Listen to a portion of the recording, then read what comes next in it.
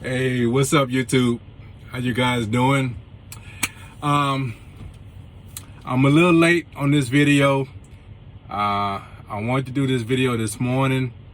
Didn't have opportunity. Got a busy day. So I'm cheating. Okay. This is my review expectations of the final, however you want to call it. This is how I see it. But I didn't see the game. I don't know what happened. I know the Suns won, okay? All I could go off on box scores. I didn't have time to watch the game. I'll watch the replay probably tomorrow morning because I'm tired. I'm doing this video and going to sleep. But anyway, I could look at the box scores. Now, one thing about the box scores, they don't tell you the true story. You get an indication of what happened, but it's not really the real true telling of what occurred, right? So I'm going to be as honest. Now, you don't have to believe me, okay? You don't have to believe me because what I just noticed on one of the things on the box scores, like Chris Paul went off, okay?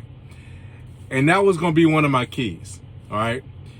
So let me just go through what I was going to say, and whether you believe me or not, that's up to you, but I want to get this out, all right? First of all, I think that when you break down these two teams, I think Phoenix has shown through these playoffs they are a much more complete team from top to bottom, okay? I think the Bucks has two of the most dynamic players in the playoffs. Giannis, we know, is a dynamic player, but he's injured, so, he's going to be limited, And Middleton has just shown he's just a stone cold killer, right? And he's really shown up. In Giannis' absence, he has shown up, Even when Giannis has played and Atlanta was able to kind of, restrict him a little bit, trying to, with that double team they had, they really showed that they can control Giannis at times. But when they was able to do that, Middleton just went off, okay? So they didn't have an answer for that combination, okay? Thus, Atlanta's at home, right? But I think that the Bucks, the last two games with Atlanta, they had better play with their role players, but up until those last two games, it was basically Giannis, Middleton, and Holiday a little bit, Everyone else was pretty absent. If Giannis and Middleton didn't go off, they didn't win, okay?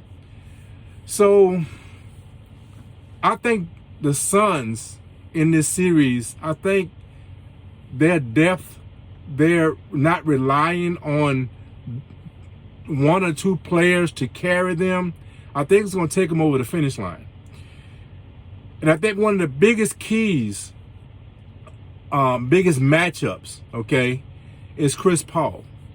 Because in this whole playoffs, no one has been able to control Chris Paul, right? That mid-range game has been, automatic for him in just about every game, right? He's been able to control the game. He's been able to, just really drive this Suns team to be extremely efficient, He hasn't been a liability on defense for the most part, And Ayton has been a good rim protector. He's played good, down low. Will he neutralize Giannis? I think he has a better shot because Giannis is not 100%.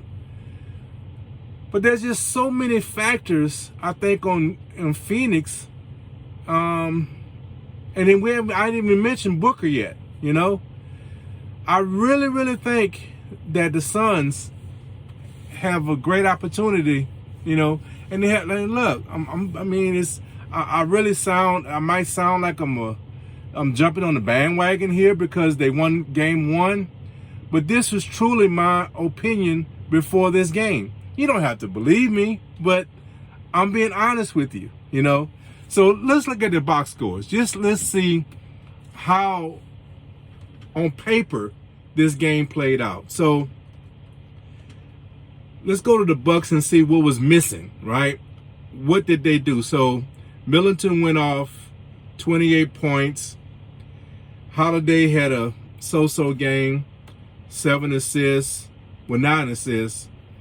10 points. Giannis, 20 points, 17 rebounds for Giannis. Wow, okay. All right, that's a good sign for them. If he can get those points up and demand a little more attention, that can open up the floor a little bit better. To me, that's the key to the Bucks. To me, Giannis getting off, getting his points, getting that 25 to 30 points, right? And then opening things up for the other players, right? Making those threes easier for your shooters. Opening the floor up for Middleton. That's their key to winning, right? And if Giannis can't go off, now I said it in the Atlanta series and it didn't play out because Giannis didn't play those last 2 games and they didn't, you know, Atlanta couldn't take advantage of it. But I think that was more of Atlanta not taking advantage versus the Bucks really just showing out. I think they played well. I think the supporting cast lifted their game up and they played well, but I think it was really because of the lack of Atlanta really putting pressure on them. Atlanta couldn't make shots. Those last 2 games, they could not make a shot. So the pressure really wasn't on them. So the Bucks was able to play more freely, play in flow, and they stepped up and got those 2 wins. But I really think it was the lack of Atlanta putting pressure on them and Middleton just going off, okay? I don't know if that's going to be the case. The Suns, excuse me, guys. I'm really sorry about that. I apologize. The Suns is not that team. The Suns have proven they know how to close things out. The Suns, I think, are a more complete team. So let me see what the Suns did, okay? So I know before I even came on, I was glancing at it. So, wow, okay. They didn't get much play from the bench, much scoring from the bench. They got, what, 22 points from the bench? Wow. Wow. That's something. So the bench didn't play well, okay? Wow, okay. Bridges got 14. Paul went off. He got 32, 9 assists. Wow, okay. So their top 3 players went off. That's what the box score says. How the game flowed, I'm not sure. But that's what I'm seeing. You know, Crowder didn't even have a great. Crowder had 1 point. Wow. And they still won by 13 points. Wow. Okay. I got to watch that game. I got to see what was lacking in the Bucks for them to lose by that many, and really the big 3 of Phoenix goes off. I got to figure that out. I got to watch. I got to put eyeballs in that game to figure that out.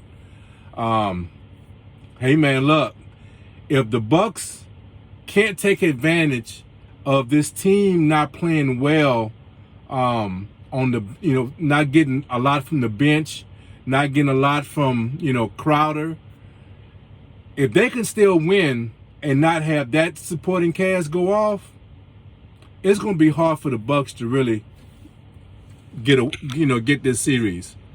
So what I said earlier, man, I think is going to play out. I think this is going to be the Suns to win. I really do. With 32 with Chris Paul, that shows me I don't know what he was hitting. If it was that mid range or if he went off, you know, I can go look and see his 3 points. 3-point shooting. He went 4 for 7 for 3 points on 3-pointers. He was the best 3-pointer in the for the Suns. So Paul just basically went off. Paul went off. Yeah, he had that mid-range game going, 12 for 19, and I'm shocked about Crowder. I'm shocked when I saw the score. Because the score was flashing, right? I was getting updates, and I'm seeing the Bucks are, you know, I mean the Suns are winning, and it's, you know, they're winning kind of big, and I'm assuming, I'll be honest with you, I was assuming that Booker and Crowder was going off. That's what I was assuming. I promise you, that's what I was assuming.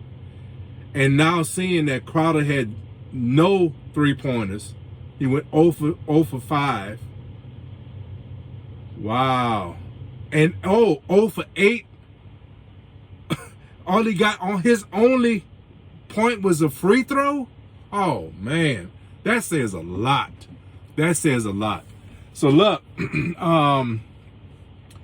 all know that one game does not make a series, okay?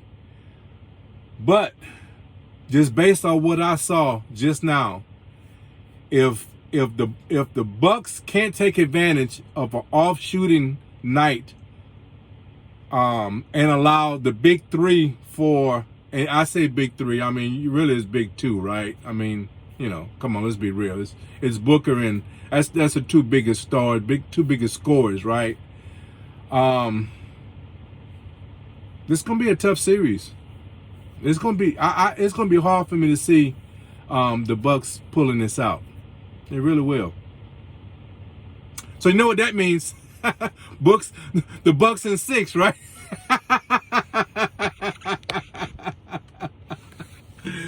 But hey, look, all I can do is give you my opinion. How it plays out, it plays out. All I can do is give you my opinion. But my opinion has sucked.